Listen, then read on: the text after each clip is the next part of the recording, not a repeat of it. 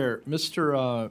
Mendelson, you testified that I believe it was the federal attorney refuses to prosecute marijuana-related crimes. Was that my understanding? That's basically what I said. Right.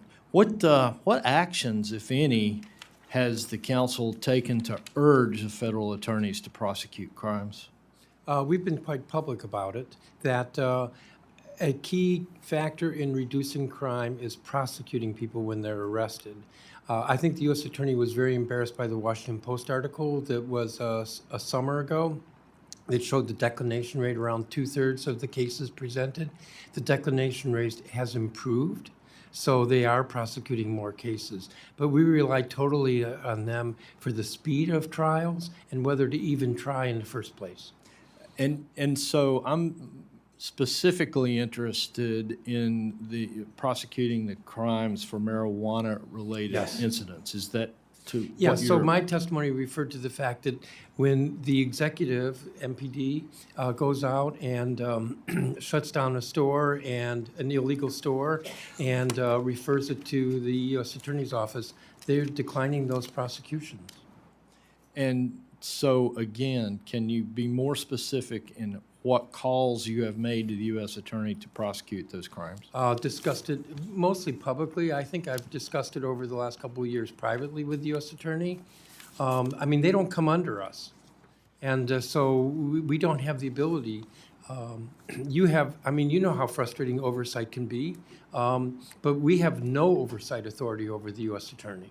And so are you saying publicly right now that you had rather see the U.S. Attorney prosecute marijuana-related crimes? Yes. I was referring specifically to the stores, but yes, more broadly. When there's a major drug case, I think they prosecute. But we're talking about these, I call them pop-up stores that do this illegal gifting. They don't have a license. They're selling, in fact, they purport to be selling cannabis. Typically, it is laced with other drugs. It's actually dangerous to human health. And they are, when they have been closed down, because we have started to close them down, there will be other drugs that are found. And it's a real problem, and they're just not getting prosecuted in the courts. Well, I appreciate your stance towards seeing more prosecutions in D.C. Thank you for that. Mr. Lee, in your testimony, you mentioned that slow revenue growth requires elected officials to reduce growth in spending, increase taxes, or encourage new economic development pathways to expand the tax base.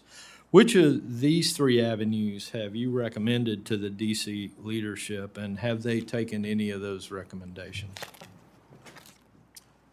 I think I used the word "and."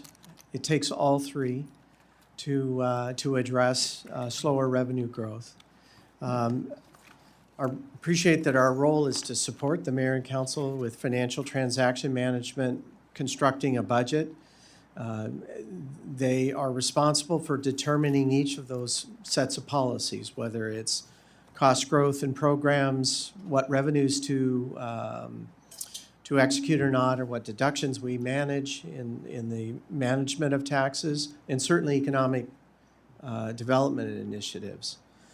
Now, clearly, we have a wealth of information and tremendous expertise, and we routinely help both the executive and the council assess different programs for a variety of reasons, whether it's program effectiveness or efficiency. And we're happy to do that.